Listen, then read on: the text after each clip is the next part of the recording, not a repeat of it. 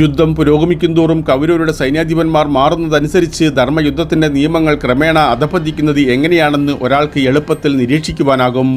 ഭീഷ്മർ സൈന്യാധിപനായിരിക്കുമ്പോൾ ആദ്യത്തെ 10 ദിവസങ്ങളിൽ സൈനിക നിയമങ്ങളുടെ വലിയ ലംഘനങ്ങളൊന്നും ഉണ്ടായിട്ടില്ല.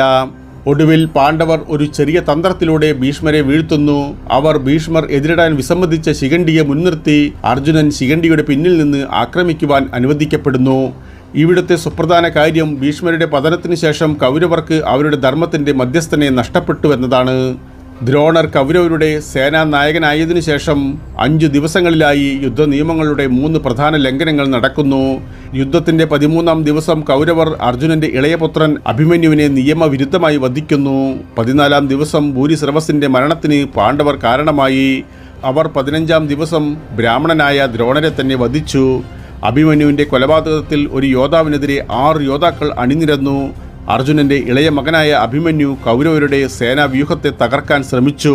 പക്ഷേ അവൻ ചെന്നെത്തുന്നത് ശത്രുക്കളാൽ ചുറ്റപ്പെട്ട ഏകത്വത്തിലേക്കാണ്. അവിടെ അവൻ ധീരമായ പോരാട്ട വീര്യം പ്രകടിപ്പിക്കുന്നു.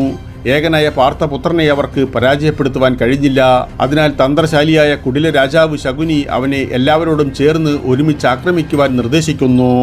ദ്രോണരുടെ കൽപ്പനപ്രകാരം കർണൻ അഭിമന്യുവിൻ്റെ കുതിരകൾ, രഥം, വില്ല് എന്നിവയെ പിന്നിൽ നിന്ന് ആക്രമിച്ച് നഷ്ടപ്പെടുത്തി. രഥത്തിലിരിക്കുന്ന 6 യോദ്ധാക്കൾ രഥമില്ലാത്ത ഒരാളെ ആക്രമിക്കുന്നു.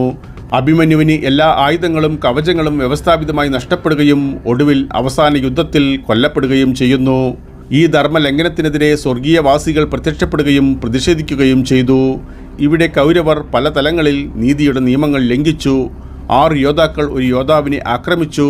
രഥപോരാളികൾ രഥമില്ലാത്ത ഒരാളെ ആക്രമിച്ചു. പരിചയസമ്പന്നരായ യോദ്ധാക്കൾ ആയുധങ്ങളും കവചവും നഷ്ടപ്പെട്ട വെറും 16 വയസ്സ് മാത്രം പ്രായമുള്ള ഒരു കുഞ്ഞിനെ ആക്രമിച്ചു. അഭിമന്യുവിൻ്റെ പിതാവായ അർജുനൻ തൻ്റെ പുത്രനെ അധാർമികമായി കൊലപ്പെടുത്തിയതറിഞ്ഞപ്പോൾ പ്രതികാരം ചെയ്യുന്നു.